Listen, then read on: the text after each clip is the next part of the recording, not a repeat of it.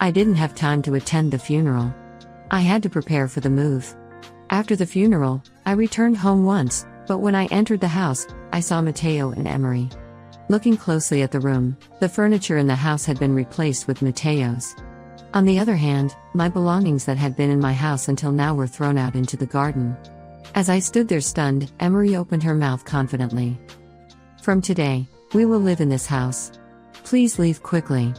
Why don't you go to a nursing home?"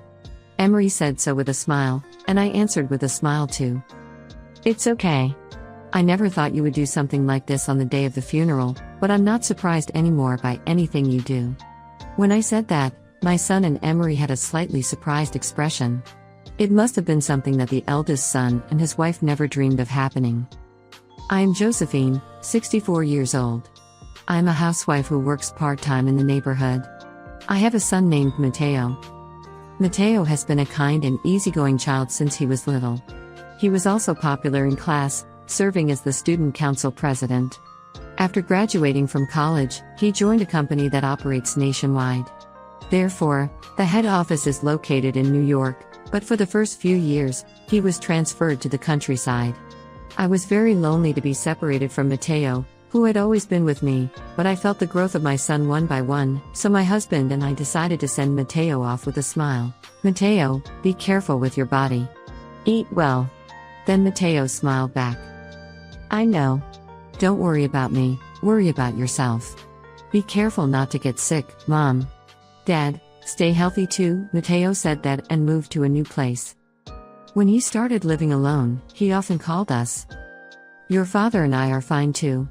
How about Matteo's work? Are you doing well?" "Oh, I've only been working for a few months, but I feel like I'm growing because I'm getting a lot of guidance from my seniors." Every time I heard Matteo's voice, I was relieved. "Are you eating properly? Be careful not to get heat stroke." "Yeah.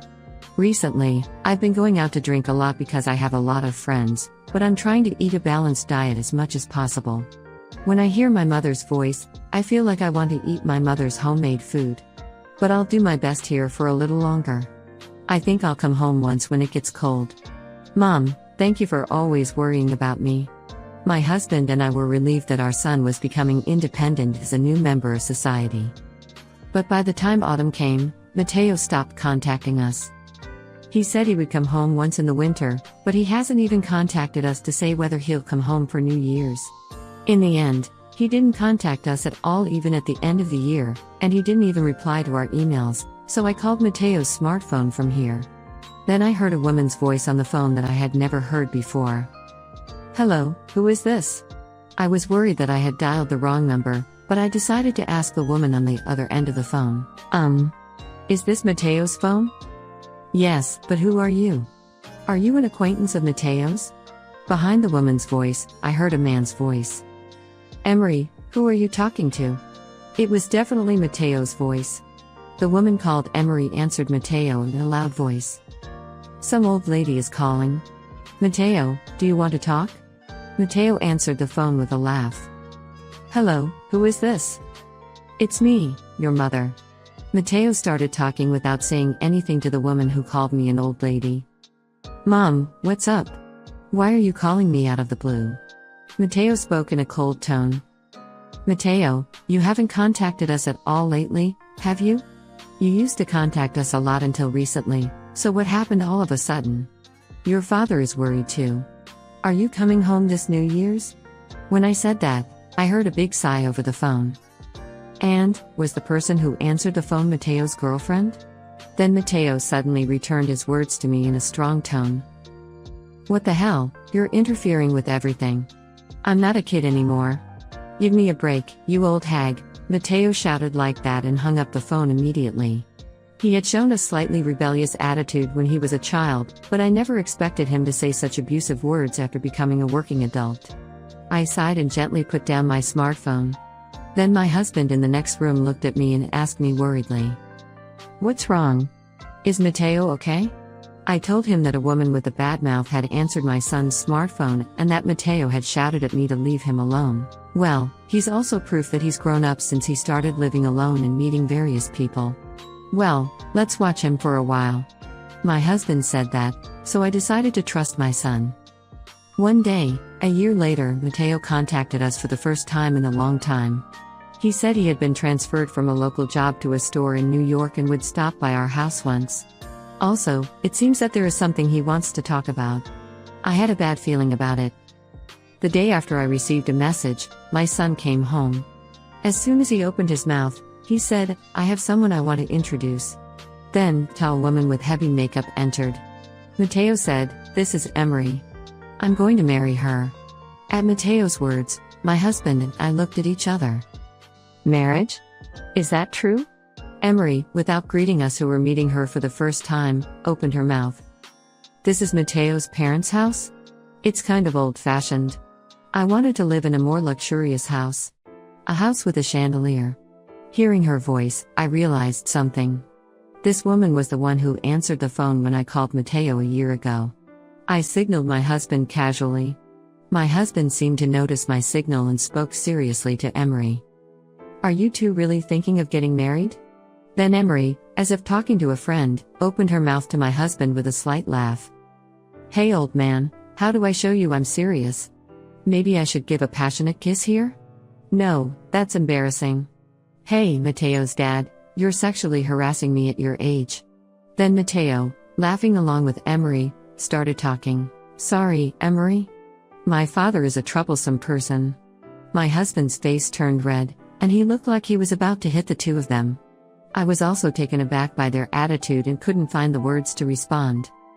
My husband and I opposed Matteo's marriage, but our words didn't get through. Matteo and Emery didn't listen to our opinions at all and submitted their marriage registration. Furthermore, they had started their newlywed life by renting a nearby apartment. "What will you do about the wedding?" In response to my question, the two answered indifferently. "We don't have to do it. It's a hassle to call friends." That's right, it's a waste of money.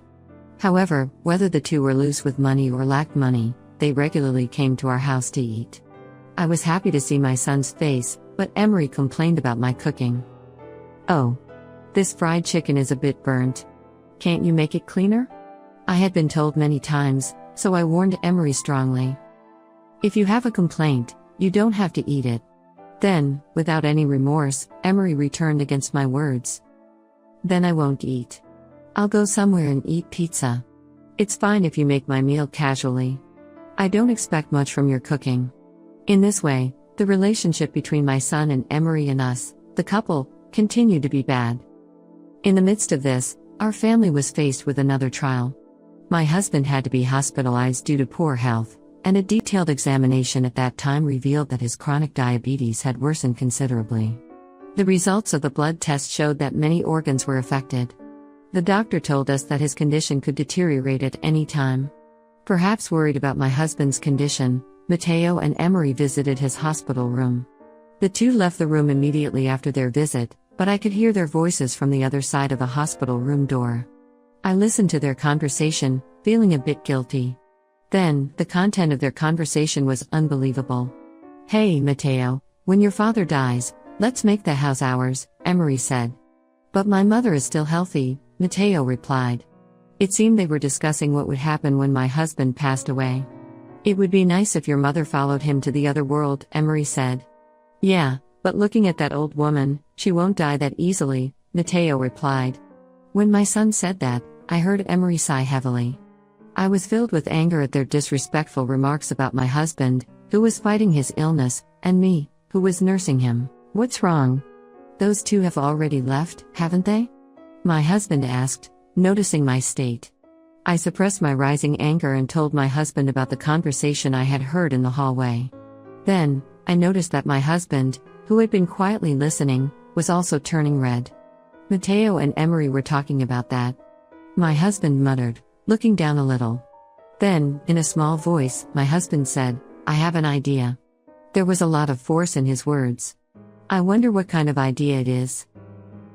The next day, my husband called Matteo and Emery to his hospital room. Of course, I was also present. "What's the rush?" "I'm busy," Matteo said, looking displeased. Emery also frowned. "I'm going to talk about the inheritance after I die, so listen carefully," my husband said. At the word inheritance, Emery suddenly looked happy. Since there's only one child, all the inheritance will be Mateo's, right? There's about $100,000 in the bank.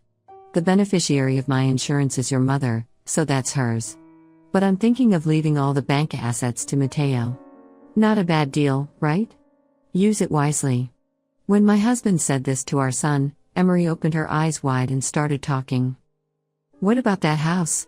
It has a large garden and I think it's worth more than $100,000. At Emery's words, Mateo also looked at my husband with sparkling eyes. Dad, what about the inheritance of the house? The house will be in your mother's name. She's going to live there from now on. At my husband's words, Mateo and Emery strongly objected. Why?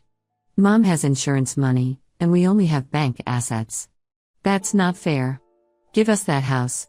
Emery also followed Mateo and opened her mouth.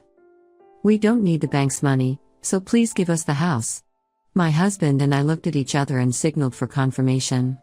Then my husband made a decision to our son. Okay, I understand. I'll make that house yours. In return, all the money in the bank will be given to your mother, okay? Then the two of them were jumping for joy. I wonder if they forgot that this is a hospital room. My husband continued to talk, but as I said earlier, your mother is going to live in that house, so even if I'm gone and the house is in Mateo's name, you have to let your mother continue to live there. Yeah, I understand, Mateo replied casually to my husband's words. My husband, seeing Mateo's attitude, sighed and continued to talk. As long as your mother is healthy, allowing her to live in that house is a condition for giving Mateo that house. Are both of you okay with that? My husband's words were answered by our son in a bothersome manner. I understand, Mateo said. You don't have to emphasize it so much, it's okay, Emery said. After hearing the words of the two of them clearly, my husband told them. Then, I'll leave what we discussed just now in my will. Then our son left the hospital room cheerfully without even saying goodbye to us. My husband and I looked at each other and sighed as we watched them go. About 2 months later, my husband's condition rapidly deteriorated. I wished he could somehow survive, but my prayers were in vain and he passed away. I was preparing for the funeral as the chief mourner, but even then, Mateo and Emery didn't seem to be helping me. On the contrary, they were only talking about inheritance. They were probably discussing how to use it. Then the funeral began. Since he was someone I had lived with for 40 years, I was filled with a sadness I had never felt before. But even when I was giving the chief mourner's speech, my children were whispering to each other. But after a while, when I looked at their seats, I noticed that Mateo and Emery were not there. And they didn't show up until the funeral was over. After the funeral, I returned home once, but I noticed that the key to my house was open. Did I forget to lock the door? Then I heard a loud noise from inside, so I suspiciously opened the door, and there were Mateo and Emery. What are you two doing here? When I said that, the two of them casually said, we didn't have time to attend the funeral. We had to prepare for the move. When I looked closely at the room, I saw that the furniture in the house had been replaced with Mateo's. On the other hand, my belongings that had been in the house until now were thrown out in the yard. As I stood there dumbfounded, Emery confidently opened her mouth. From today, we will live in this house. Please leave as soon as possible. Why don't you go to a nursing home? When Emery said that with a laugh, I also smiled and answered. That's fine. I never thought you would do something like this on the day of the funeral. I'm not surprised at anything you do anymore. When I said that, my children looked a little surprised. Are you really going to leave? Yes, but it's strange to go to a facility when I'm so healthy. So, I'm going to rent an apartment. When they heard my words, the two of them were smiling. After that, as I told them, I moved to a rental apartment. It was a one-room apartment, but it was very comfortable to live without seeing those two. About a month later, I received a call from Emery on my smartphone. The lawyer told us that the house is in your name. What does that mean? I explained to Emery about the inheritance of the house. My husband said that the condition for putting the house in Mateo's name was that I would continue to live in the house as long as I was healthy. That's called a conditional will, and if you don't meet the conditions, you lose the right to inherit. The moment you kicked me out of the house, you lost the right to inherit the house. Mateo and Emery turned pale at my words. So, what the lawyer said is true. No, no. That's a lie. I couldn't forgive them for preparing to move during the funeral. Then, there's one more thing I have to tell you. The two of them listened to my story with blue faces. I'm going to kick you two out of that house and cut ties with you. Then, Emery retaliated with words towards me. What did you say? I won't accept that. This house is ours, so we can't just leave. Even if we lose the right to inherit, I will live in this house. It can't be helped if it becomes a form of living with my mother-in-law, but it's ridiculous that we have to leave. However, I heard my son's voice from behind Emery over the phone. Emery, I'm sorry. We've lost. The effect of the will is legally guaranteed. Then Emery said damn it and hung up the phone. The lawyer who contacted my son is an acquaintance of mine. I heard from him later that when he told my son that he had no ownership of his parents' house because he had broken the conditions, my son looked very regretful. But then my son told me that he had a debt of several tens of thousands of dollars. Apparently, they had been playing quite a bit while my husband was in the hospital, going to bars all night, gambling, and living it up. They still weren't satisfied with their play, and they played to the fullest even by borrowing money.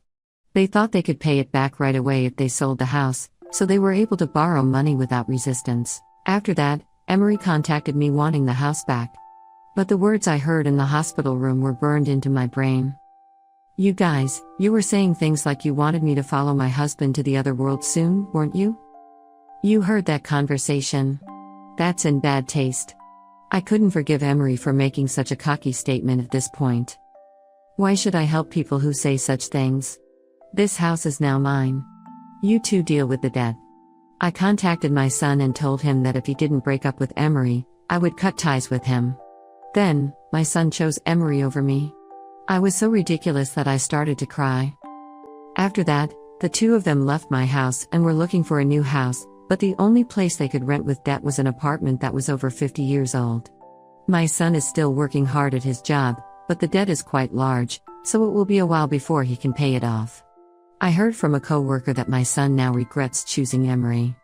Well, it's his own fault. I hope he continues to work hard without slacking off. On the other hand, I cut ties with my son and am now enjoying living alone. Immersed in memories with my husband, I leave the house today for my part-time job. How was this story? Please also subscribe to the channel. See you in the next video.